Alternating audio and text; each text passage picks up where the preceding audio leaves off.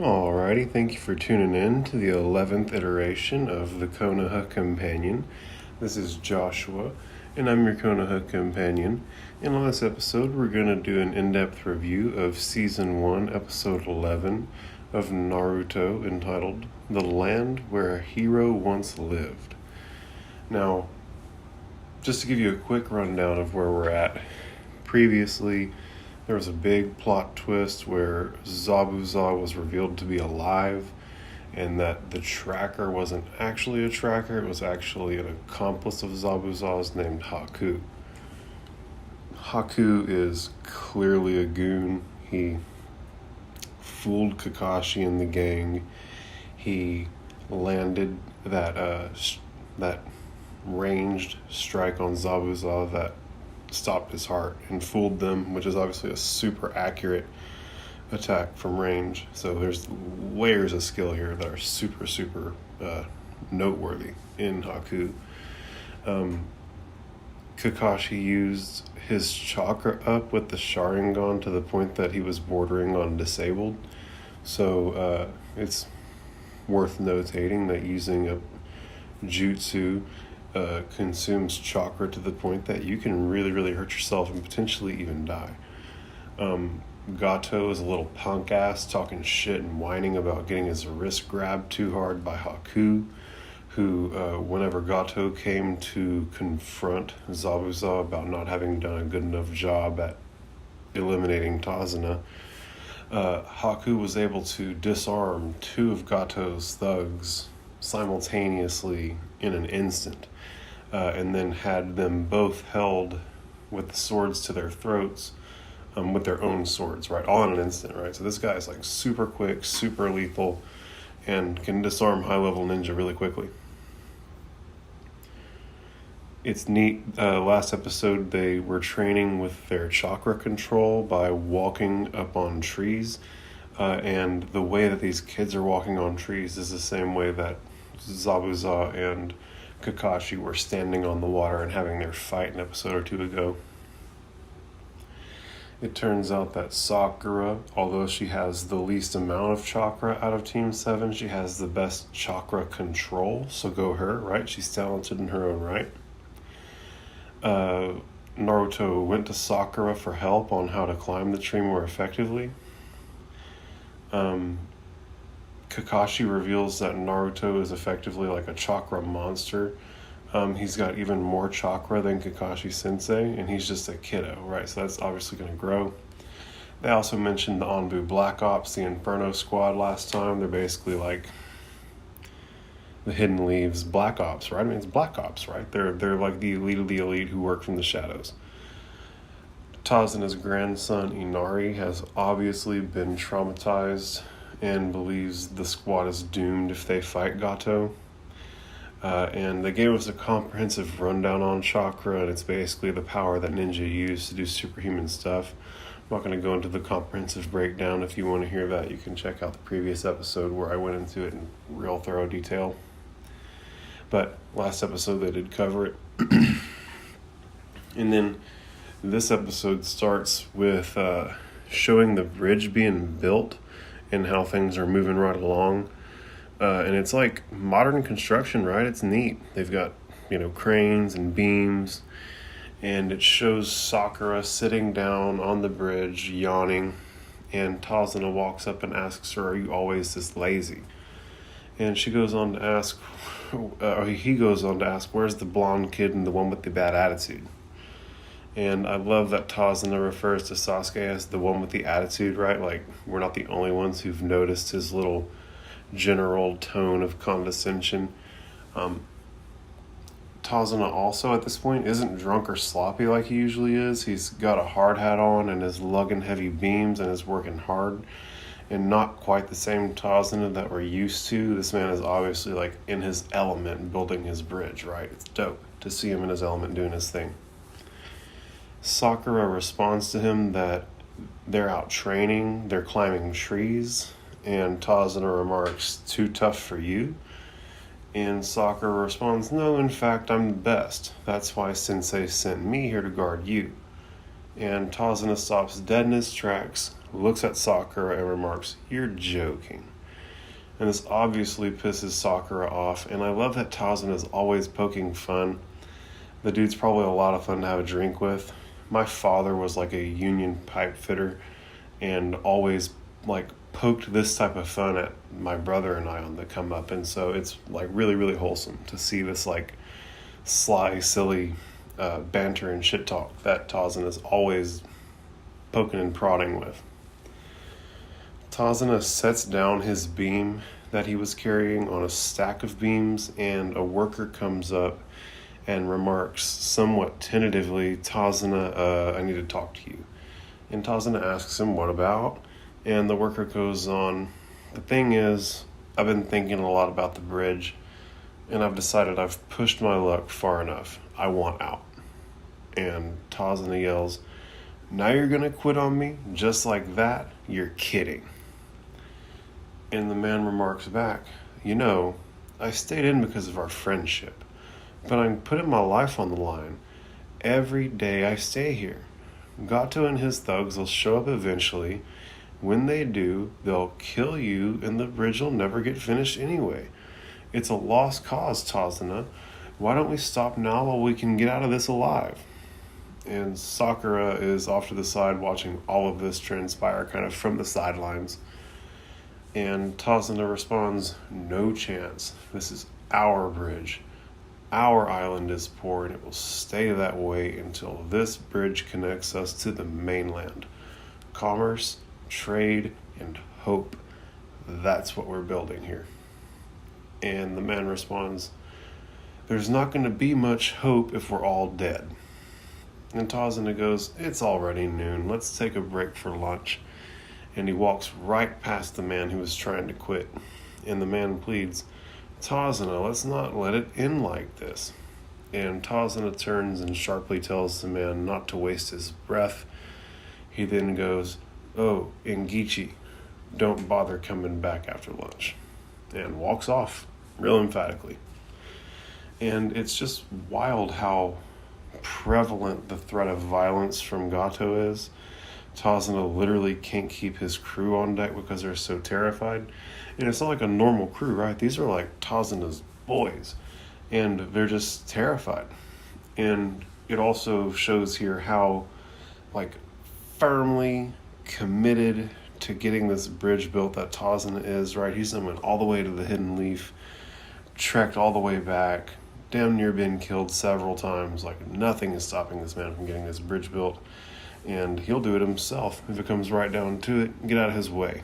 And so it's really neat to see the kind of change in demeanor, right? Where whenever we first met him, he was kind of sloppy and drunk, and you didn't really know where his interest lied. But now, now that you see him in his element, he's clearly like squad. Maybe he's a little rough on his friend there, but he's got a mission right now and he's on it, and I can understand that. Sakura again watches all of this transpire, and the title screen comes in, and Naruto's voice reads, "The land where a hero once lived." And the scene migrates to Naruto and Sasuke, who are still training relentlessly. Naruto, laying on the ground, kicks and flails and exclaims, "Why is it so hard?" And Sasuke is on a knee, panting, trying to catch his breath as well. It then reveals that they have both made tremendous progress on their cut marks. They're now much, much higher in the trees.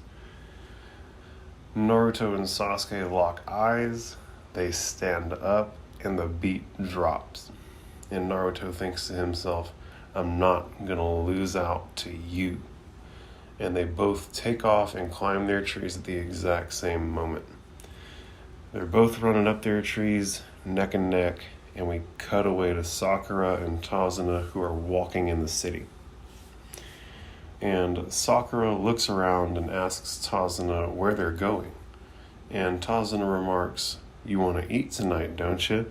I gotta pick up some things for dinner." Tazuna, always the smartass. And in this moment, someone yells out, "Thief! Thief!" And we see a thief who is obviously very young running through the market with some stolen goods.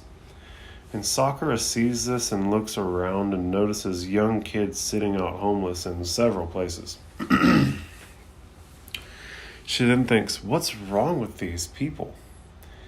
They continue walking, and Tazuna proclaims as they approach a shop, here we are. And they walk in a store and they're welcomed by the cashier. And the available produce is very limited.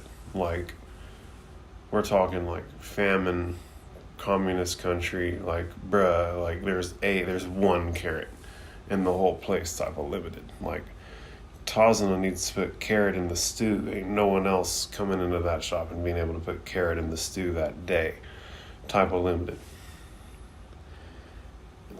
This is jarring, right? Sakura sees this and is obviously concerned and thinks, this is a store? There's nothing here.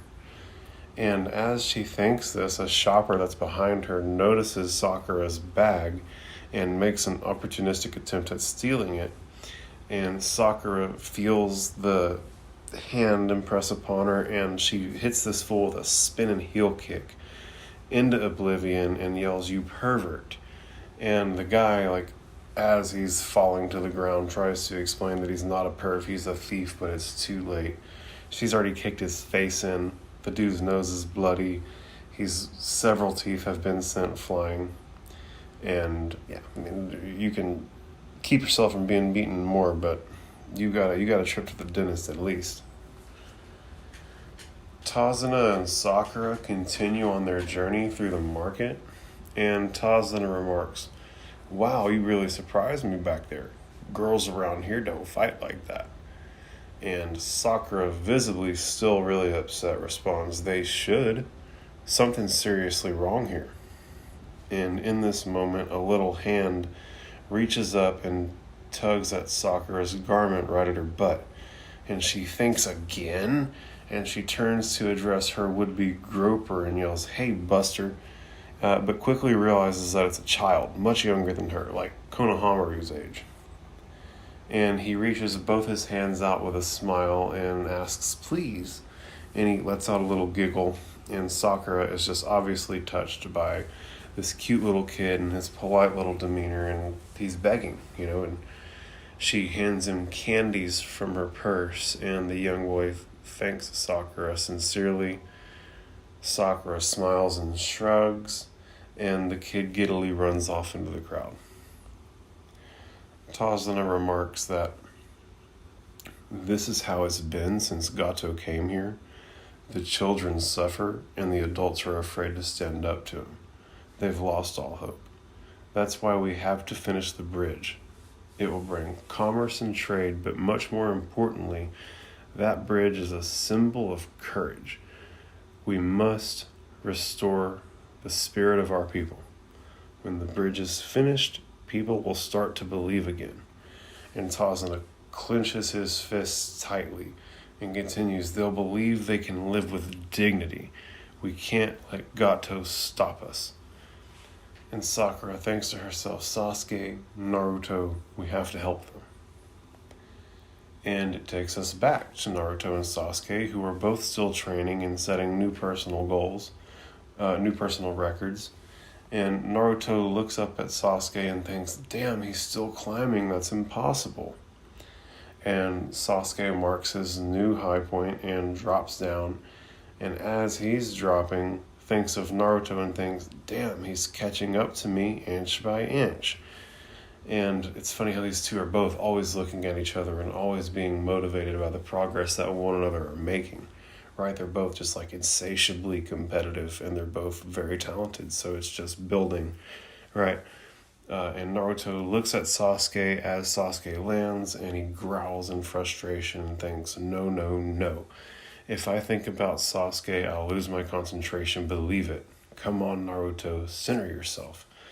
And it flashes back to when Naruto was asking Sakura for help.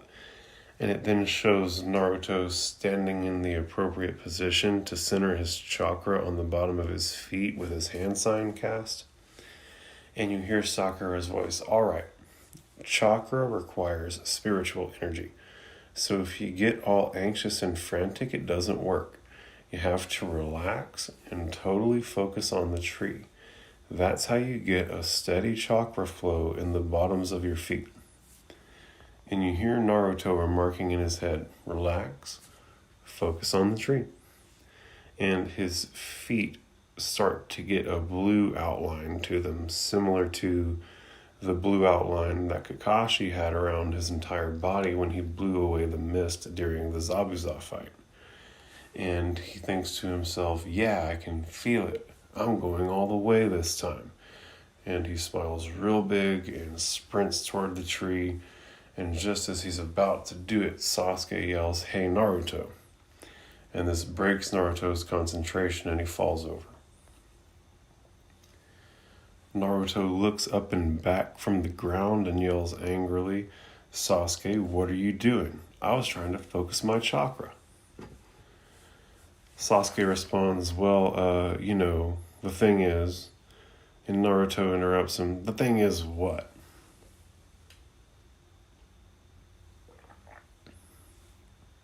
Naruto then thinks to himself, that's strange. He never talks to me. What's he up to? Sasuke, flush in the face, eye twitching, goes, You asked Sakura for advice when she was here. What did she tell you? And Naruto grins ridiculously, realizing he has something he can now leverage over Sasuke. And he pulls himself together and goes, I'm not telling you. And they kind of have a little standoff. And the scene migrates back to the city. And Squad 7 in its entirety and Tasuna's family are eating dinner. And Tasuna remarks, this is amazing. It's been ages since we've had so many guests around our table. And Naruto and Sasuke are just fucking thrashing this food. And they both raise their bowls in the air at the same time and announce, I want some more. And then they lock eyes with each other and have a little showdown. And this time, the lightning bolt connects between their heads, so you know it's a real serious standoff. And then, abruptly, they both stop and throw up from gorging so much. And Sakura stands up and yells, don't eat so much if you're gonna puke it up. And Sasuke looks back at Sakura and says, I have to eat. And Naruto chimes in, and I have to eat more than him. It's the only possible way I'll get strong enough to beat him. And the competition that goes on between the kids is just something that I can't get enough of. Naruto and Sasuke can't even eat dinner without it turning into a competition, just like how Ino and Sakura can't walk down the road and into class without it turning into a competition. It's just beautiful. And Kakashi at this point chimes in regards to Naruto eating too a lot to catch up, and goes on, that's true, but puking won't help you at all. And Sakura then notices a family portrait hanging on the wall with a person missing, having been obviously torn out. And she asks, excuse me, this picture is torn. Is there some reason for that? Inari, you kept glancing at it all through dinner. It looks like someone else was in the picture, but they got torn out. I mean, that's kind of strange, isn't it? And come on, Sakura, damn girl, are you really that situationally unaware? Read the room, right? Obviously someone's missing, and obviously someone's upset about that, and they ripped him out of the picture. Probably, I don't know. It's wild. I mean, they're ninja. They gotta keep the bottom of shit, and maybe it matters, but damn, she just went right. She just went right for it. And right in this moment, it shows this sharply catching the attention of Tazuna, Inari, and Inari's mother. And Inari's mom responds, he's my husband, without ever taking her attention away from the dishes. They used to call him a hero in this land, says Tazuna, and Inari just silently stands up from the table and starts to leave. And Inari's mother, who is named Tsunami, by the way, I'm not going to keep calling her Inari's mother, so it's Tsunami, yells for him, Inari, where are you going? and Inari just walks out without a word. And Tsunami chases after him, and as she's walking out the door, she turns and yells at Tazuna, "Father, you can't talk about him like that in front of Inari, you know that." And she groans and walks out the door, and Tazuna is obviously made very upset by what just transpired. And Sakura chimes in, Inari is so... what happened to him? And Kakashi wonders aloud, is there a story behind this? And Tazuna offers, he wasn't his real father. He came into our family later, and he brought so much happiness. He and Inari were very close, and in those days, Inari used to laugh all the time. And at this point, Tazuna is clearly struggling to hold his composure, visually trembling, crying, tears are falling onto the table, and he continues, but then all that ended. He never laughs or smiles anymore. Ever since the day everything changed. The word courage was stolen from this island. We were left feeling powerless, hopeless, and Inari suffered the most. Ever since that day, ever since it happened. And Kakashi says, tell us, what happened to Inari?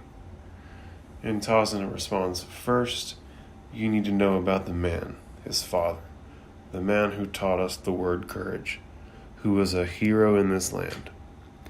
And Tazuna takes his glasses off and wipes the tears away, and Naruto remarks, a hero, really? And Tazuna says, you can decide that for yourself. He came here about 3 years ago. Then flashes back to Inari being held by some bullies at the dock, and he's screaming, Poochie, Poochie, no. And it reveals a third bully named Akane, who is holding Inari's dog, Poochie, and he yells, that's not his name. Starting today, his name is Shooting Star, and he's my dog now. And Inari immediately claps back, no, he's not. He's my dog. And his name is not Shooting Star. I've had him since he was a puppy. He's my friend, and he doesn't belong to you. Inari then struggles with all of his might to break free, but the two bullies holding him hold him down. He can't break free. And Akane, holding Poochie, yells for Inari to shut up, and he then looks at the dog and lets out a shitty little chuckle with a smile and throws Poochie into the ocean from the dock. What a little dick. Yes, man, soft spot for the little fur friends, man. That's some old bullshit. And Poochie at this point is clearly struggling and is unable to really tread water effectively. And Akane tells Inari, see what happens when you don't listen to me? Now I'm not going to lift a finger to help him. He then tells the other bullies they can let Inari go, which they do. Inari immediately confronts the ringleader and yells, why did you do that? My dog is going to drown. And Akane remarks, ha, if he's your dog, then jump in and get him. Be a big hero and save your friend. And Inari is clearly terrified by the prospect of having to do this. And Akane continues, after all that big talk, you're not gonna let him go under, are you? And Inari walks to the edge of the pier and looks over at his Poochie, who is still clearly struggling very badly to stay afloat, and thinks, I've got to jump in and save him. I've got to, but... And Akane walks up saying, ha ha ha, we don't even have he won't even help his precious Poochie. And Inari continues internally, I can't swim, and I'm scared. I'm so sorry, Poochie. Akane then remarks, hey, you made such a big deal about him. Go get him. And he kicks Inari off of the pier into the water. And now Inari and Poochie are both struggling very badly to stay afloat. And the two bullies who had been holding Inari come up beside Akane, and one of them says, I think you went too far, Akane. I mean, he could really drown or something. And in this moment, it shows Inari screaming from the water and begging for help. And Akane turns to the two and says, "Forget about it."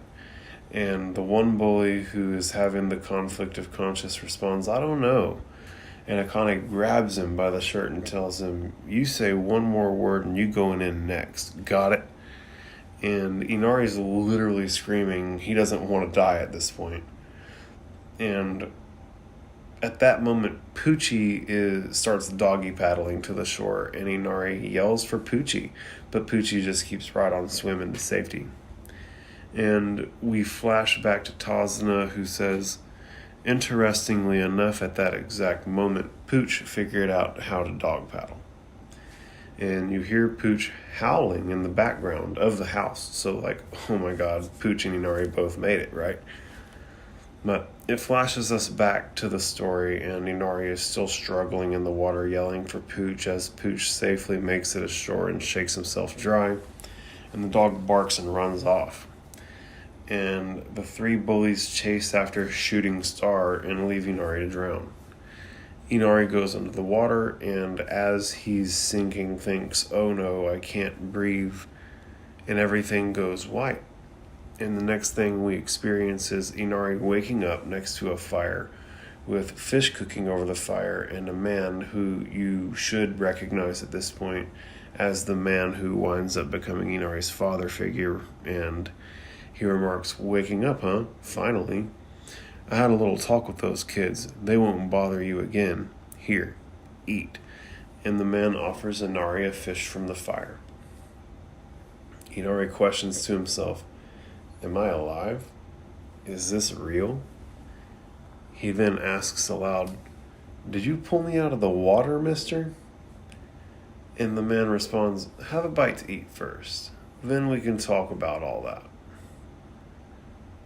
Some time passes, and we pick up in conversation between Inari and the man offers, "I see. Your dog abandoned you too, huh? In my country, dogs are very loyal. They stand by their masters. Then again, you abandoned the dog first, so what can you expect?" And this stops Inari in his, mid-bite from his fish, and he kind of lowers his head in disappointment in himself. And Inari goes, "I really wanted to save him, but I just froze. I was just so scared. I guess I just don't have any courage." And this is bullshit. That kid's a goon. He tried his best. And, the kid rightfully didn't jump in the water. There's no point in him and the dog both dying. Like, the kid knew he didn't know how to swim. The kid knew it was a probable death sentence for him to jump in the water.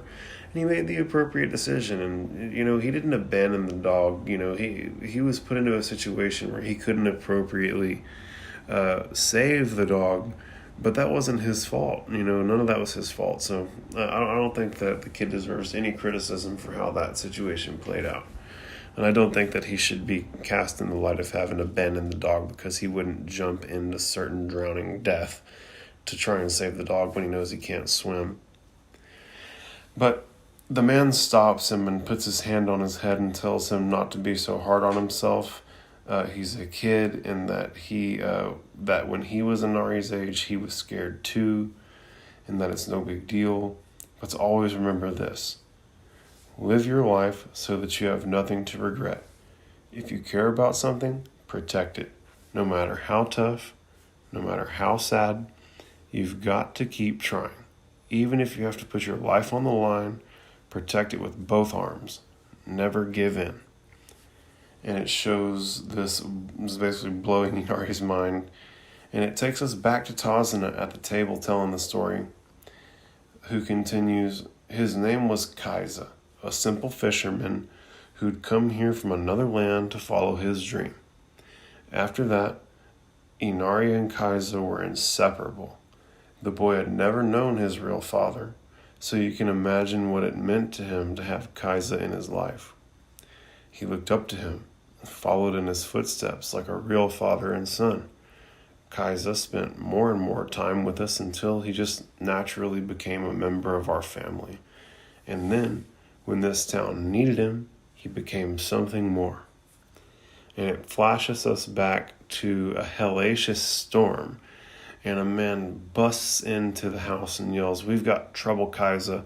The floodgate is open and the water is rising. If we don't stop it, the lower district will be flooded." And Kaiser stands up and questions sharply, "What?" And Inari stands up and yells, "Father." And Kaiser tells Inari to get him some rope and to hurry, and Inari rushes off to get the rope. The next scene, we're confronted with a scene of a bunch of men standing in the rain at a broken floodgate, and one of the men remarks, "See where the gate is? We need to get a line out there and pull it closed." And another man from the group exclaims, "A line? You have to swim out there to do that. It's impossible. Nobody can make it through that current." And a third man yells out over the downpouring rain and thunder, "If we don't do it, the whole district will be wiped out. It's the only way." And Kaiser in this moment steps in and announces that he'll do it, and the whole group of men gasp. And several men try and talk him out of it, saying things like, "Don't be foolish, you'll never make it." And Inari lets out a concerned call for his father. And Kaiser stops everything and addresses Inari and tells Inari, "Don't worry, nothing can stop your dad. This is our village, so we've got to do everything we can to help." Kaiser then ties the rope around his waist, climbs over the rail, and has one last thought before he jumps in the water. If you care about something, protect it. He then dives in and everyone watches anxiously, Inari front and center. And as Kaiser swims against the current, he thinks, even if you have to put your life on the line, protect it with both arms. Never give in. And Inari then yells out, "Father, I know you can do it." And Kaiser reaches the opened gate, and he ties the rope around the end of the gate, and everyone pulls the rope and closes the gate and saves the district. And Kaiser is a goon. He has a wise perspective. He's able to communicate that perspective clearly, and he followed through and acted on his principles when the chips were down. Mad respect for Kaiser at this point, right? We find ourselves now back at the dinner table, and Tazuna continues. From that day on, Kaiser was considered a hero in this land. He taught us all the meaning of courage, and Inari was so proud to be his son. But it wasn't long after Gato showed up and took over. He terrorized the whole village. Only Kaiser stood up to him. Gato couldn't have a local hero getting in his way. It took his whole gang to stop one man. And at this point, it shows Kaiser being like flogged by Gato's cronies, and he's like half crucified, right? They've got him in like a full Nelson where he's tied to a long like 4x4, and they're just beating his ass. And Gato's there watching all of this, and he announces to Kaiser, "You overplayed your hand. All that talk about how you're going to protect this village with your 2 arms, those 2 arms aren't worth much now, are they? Still got that defiant look in your eye, though. Well, my men will take care of that." He then nods and tells his men to get to work, and one of the men pushes Kaiser over, and the 2 biggest, most humongous thugs walk up with big, humongous hammers and walk up and simultaneously beat on his arms, Gallagher style. And the next scene is the village gathered around the outside of a fenced-off area, and inside the fence is Kaiser literally crucified, arms completely purple from having been given the Gallagher treatment. And Gato addresses the villagers, saying, "Listen up. This man has defied the Gato Corporation. He has disturbed the order of this land. His punishment is execution. Let this be an example so no one will dare stand in our way again." And Inari, clinging to the fence, yells out for his father. And Gichi, the guy who quit on Tazuna, tells Inari not to do that. You shut up. And Inari continues to cry uncontrollably. And Kaiser lets out a little smile. And Gato tells his thug to do it. And the gray-haired thug that couldn't keep Haku from disarming him during the confrontation between Gato and Zabuza while Zabuza was bedridden trying to recover after his fight with Kakashi, unsheathes his sword, and Inari cries, "Father, no, Daddy!" And they execute Kaiza.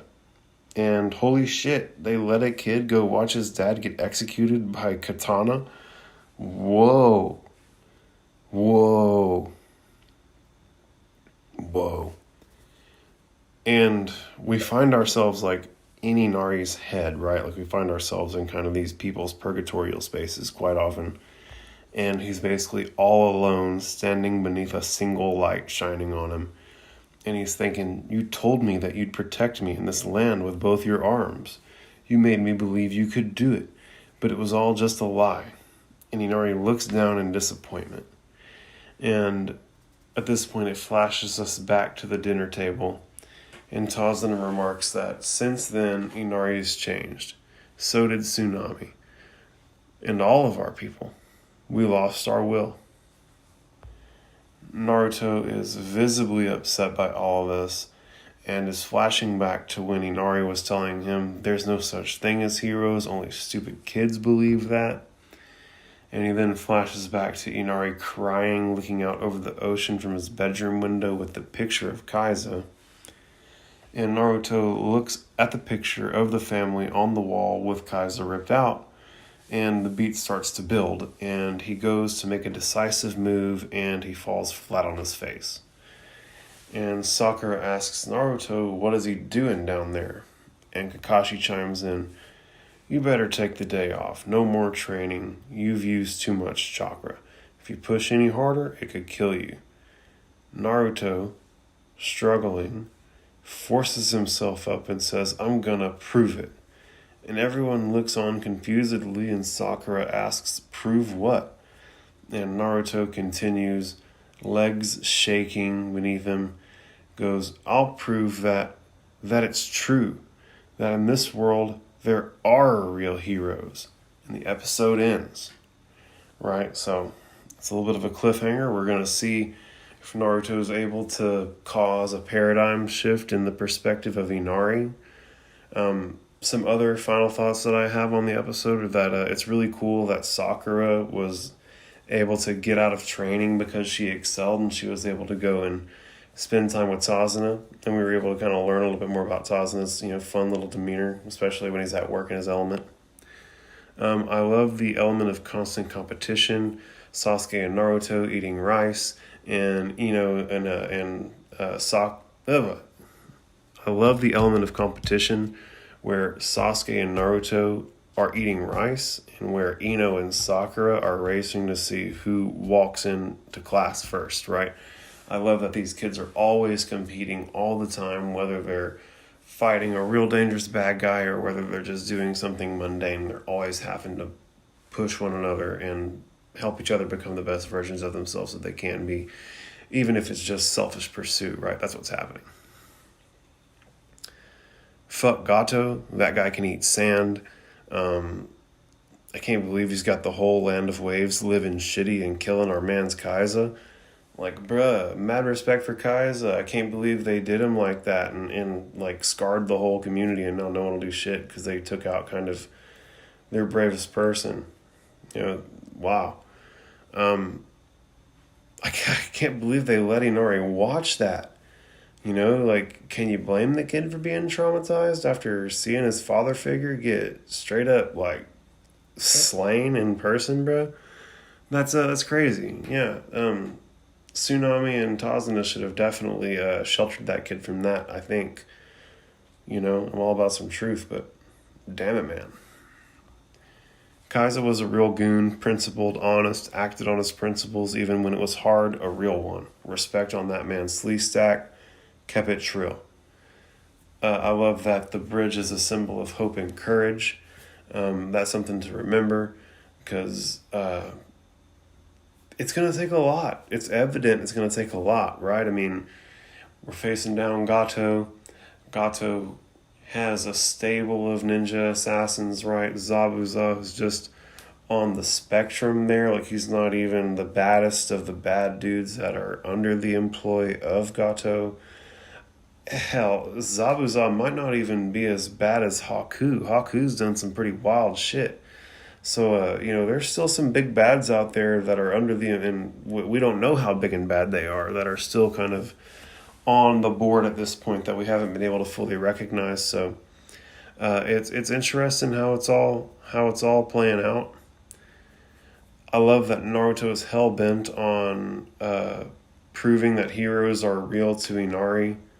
And Naruto is always out to do what's right for everybody, right? He wants to help. He's such a good kid, right? Like, he felt bad that he scared the rabbit on the trail, and he's going to do whatever he can to help Inari turn this corner psychologically.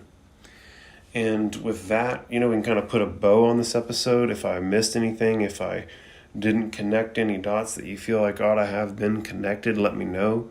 I really, really appreciate everybody listening. Please participate in the comments, like and share the memes, and be friendly, right? The whole point is to be friends. And I'm really looking forward to going over episode 12 with you. And again, thank you guys so much. I'm Joshua. I'm your Konoha companion. And we'll catch you next time.